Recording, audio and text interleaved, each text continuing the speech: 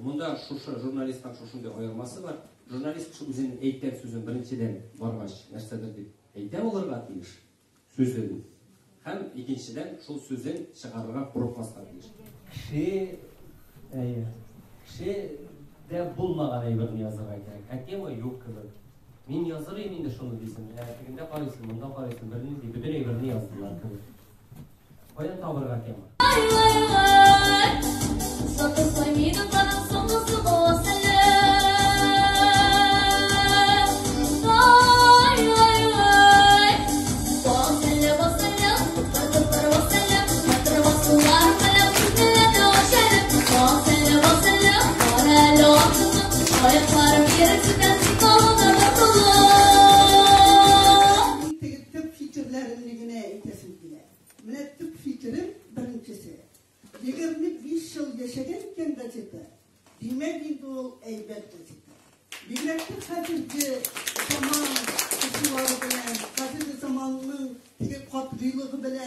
Ağırlığı bilen yaşayken o gazete. Demek bu bir eyber gazete.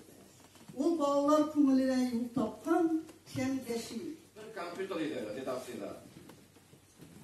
Şehir gaysin bitke solasın mı? Kümüş kongrağına bitke solasın mı? Benim de şu okuşularga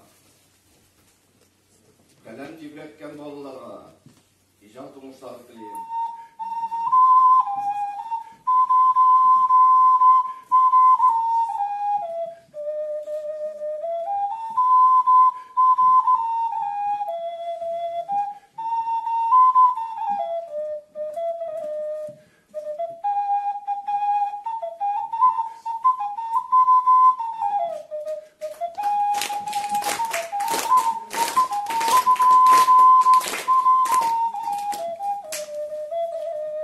Irak'tan kilesiz boğay, orğanğa okşaysız.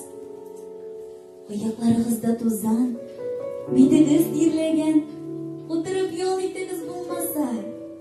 Nindi güzel, mattur benim halkım. Sahnelerge kilip şığa balkım.